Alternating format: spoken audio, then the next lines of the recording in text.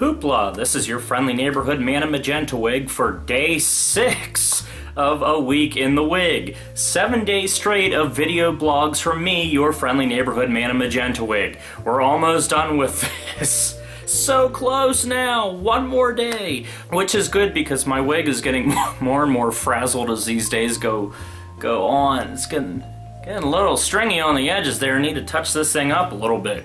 So yesterday I revealed my most awkward childhood story. Now the thing is, when I shot that video, that wasn't the only story I told. I actually told a bunch of different stories, but in the end the video was over 20 minutes long, so I just cut it way down. But I'm not one to waste a good story, so this time I'm just gonna go back to some of the ones that I had to cut from yesterday's. Like this one, there was another incident involving a cassette single. Not 9 Inch Nails this time. Spoilers if you haven't seen the other one yet. No, I remember there was definitely another one. It was Tom Petty's You Don't Know How It Feels.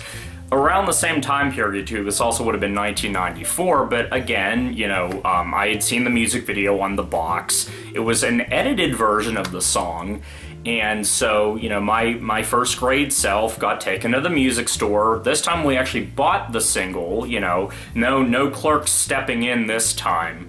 And as soon as we got back to the car, I was like, oh, put it on, I love this song. The problem was, you know, we were driving down the road and we got to the line about let's get to the point, let's roll another joint, which my parents weren't very happy about. Because when I had seen the music video on TV, they had changed that line to something else. So, yeah. There was another one, too, that my parents never actually knew about. It was more me flipping out internally because I was so afraid that I would get in so much trouble if they knew that I bought a CD where they cussed a lot on it. This was a little later. This would have been like 1997, I think. Because Chumbawamba's Tub Thumper was like the biggest thing. I mean, that was like the album everyone had to own at the moment.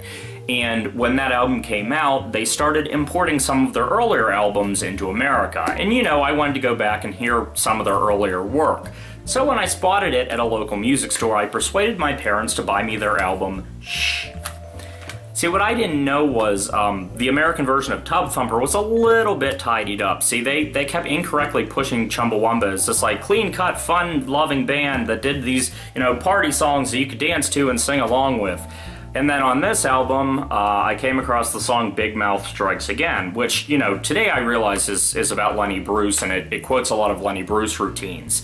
At the time, though, all the bullshits and motherfuckers in that song just terrified me because I was like, oh my god, my parents can never find this. You know, if I open up the lyric book, I think there's even pages that might still be caked together because I tried to cover up the offending words with liquid paper.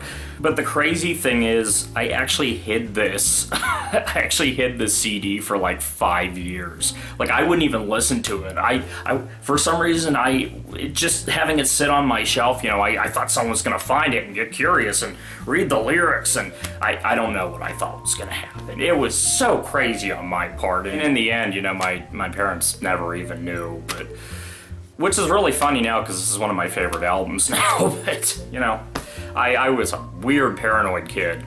Though if I tell you about this one incident, it might actually clue you into why. So this, ironically enough, was actually at the same NRM where the 9 Inch Nails incident happened. So when I was back in grade school, I started really getting into Pink Floyd, and I remember we were at this mall. I think I went to the music store with my dad, and my mom was off, you know, clothes shopping. And I was looking at a copy of Ummagumma, which, you know, I didn't own at the time. And eventually we went and found my mom, and I was just talking to her about you know, I saw this Pink Floyd album that I hadn't seen before. And I mentioned the title of the song, well, if you want to call it a song, it's not really. Several species of small furry animals gathered together in a cave and grooving with a pict. Now, for some reason, to this day, I have no idea why. For some reason, her response to hearing that title was, "Do you know what that means?"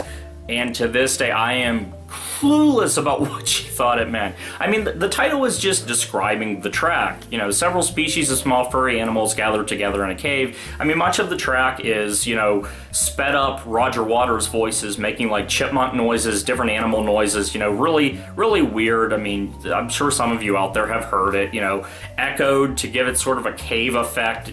And the grooving with a picked part is talking about the end where he's doing an impression of a picked, where he's doing that Scottish poem. And I remember at the time even thinking like, oh man, I'm gonna get a lecture about this as soon as we get in the car. Like, oh my god, I must have said something horrible, and I, you know, not knowing what it meant apparently. But no, to this day, I still feel like asking her like, what the hell did you think that meant? Yeah. Okay, so I'll share one more embarrassing story and then wrap it up for the night. So the time I met Weird Al, I pretty much unintentionally barked at Weird Al. Let me tell you why. So this was a little bit later in my life. I think I was about 16 at the time, because it was the Poodle Hat tour. And I convinced my parents, you know, I want to stick around after the show. I want to see if he comes out and signs autographs. Which, you know, if you know Weird Al, he generally does that. He'll, you know, if you wait a little bit, he'll come out afterwards. So, you know, we stuck around. There was kind of a crowd growing outside of the venue of, you know, like-minded people who wanted to see the same thing. The problem is, though, at this point, you know, the show was over. You know, I had been yelling and screaming and singing along the whole show. My voice was just completely shot. You know, I could barely speak at this point. So after about maybe an hour, 15 minutes, hour and a half, they take everyone that had been waiting around to this backstage area, and we were actually going to get to meet Weird Al. So I just remember I waited my turn, I approached him when it was my turn, he looked at me, he said, "Hi, how are you?" And I went, "Okay!" And he signed my t-shirt and we parted ways.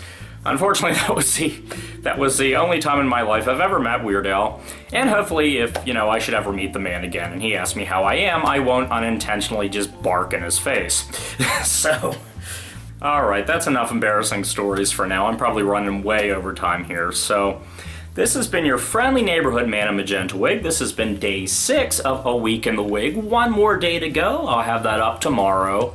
And until then, I hope you all have a good rest of your day. And I'd like to wish you all a happy painting